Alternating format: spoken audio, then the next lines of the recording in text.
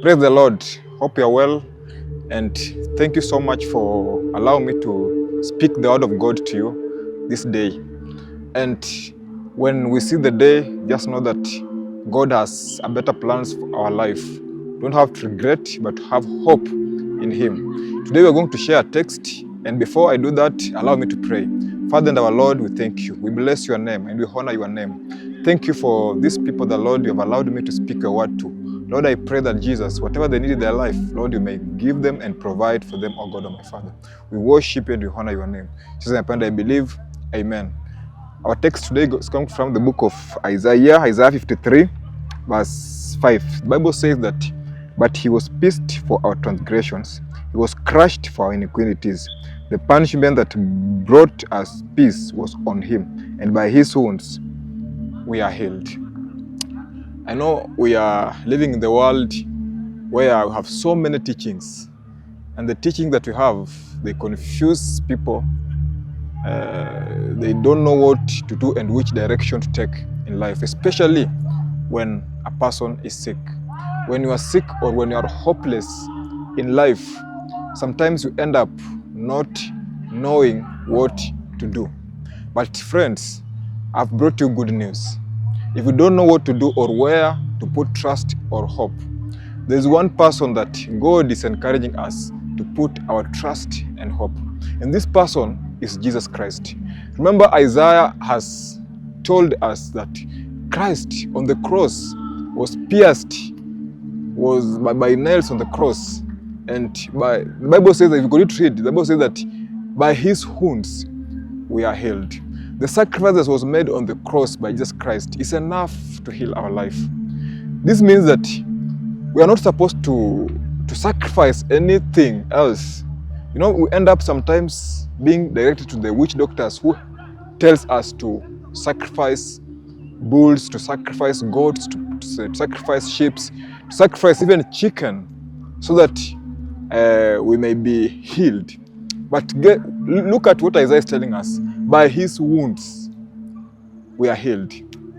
So, I want to encourage you today that if you have been putting your hope to people, hope to witch doctors, hope to different things of the world, the Bible has told us that where we need to put our hope is on Jesus Christ, because he made sacrifice on the cross, and that sacrifice alone, when we focus on him, and that's why sometimes even in church we normally take Holy Communion, and Holy Communion symbolizes the bread and the drinks. Drinks can be wine, can be anything else that symbolizes the blood of Jesus. And remember, the bread symbolizes the body of Jesus Christ. So I want to tell you that this day, the sacrifice that Jesus Christ made on the cross was not for somebody else, it was for me and you. And when we put and we look unto him, our sins are forgiven. We are healed. Nowadays, friends, there's no need even to go to visit different pastors, different witch doctors, different prophets, being laid on your hands by different people. No. Christ made it all. You have a privilege to go on your knees by yourself and pray for your problems. You don't have to move from here to Western, move from here to Mombasa, move from here to Kisumu, move from here, maybe you stay in different places of the world, you're coming to Kenya to be prayed on. No, friends. Your faith is enough to heal you. Your faith, where you are, you can pray by yourself. As long as you believe by God. The Bible has told us that the sacrifice that Christ made us on the cross is enough to heal us. Friends, you don't need to be tricked by people that you buy kifagio so that you may be well. You buy a kitambaa so that you may be well. No need to buy a handkerchief, friends. The sacrifice that Christ made on the cross is enough to cure us. No need to bribe even pastors to pray for you. God did it all. So, freely given, freely received. So as long as you give your life to Christ, know that you know that Christ died on the cross. As long as you believe in him, anything can happen to your life. So you are there in the hospital, crying, and you are saying that, when will I When will Christ visit me? When will this sickness go away from me? When will I get a job? Maybe somebody tricked you one day that there's a pastor, there's a prophet, there is maybe somebody who does miracles so that you may get well. I've come to tell you that miracle can just come to your life by yourself when you believe, when you pray.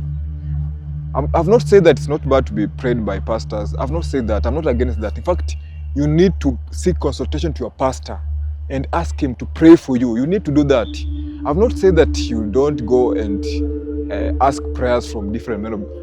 But as you are going to do that, do you believe?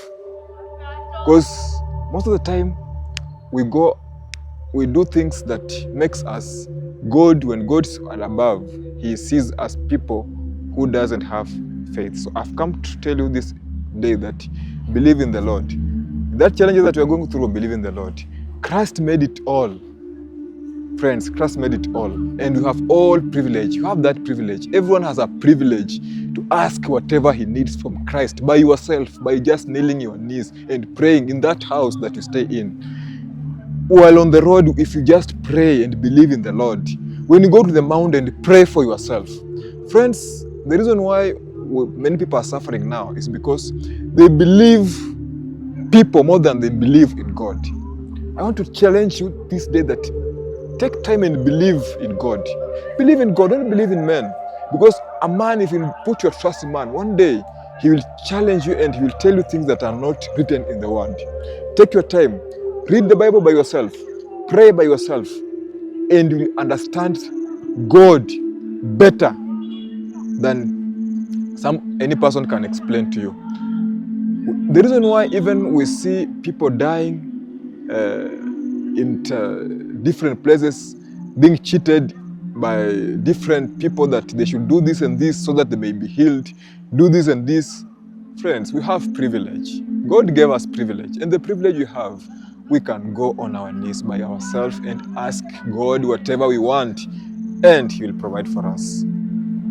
I beg to stop there, and just want to challenge you today that believe in the Lord by yourself.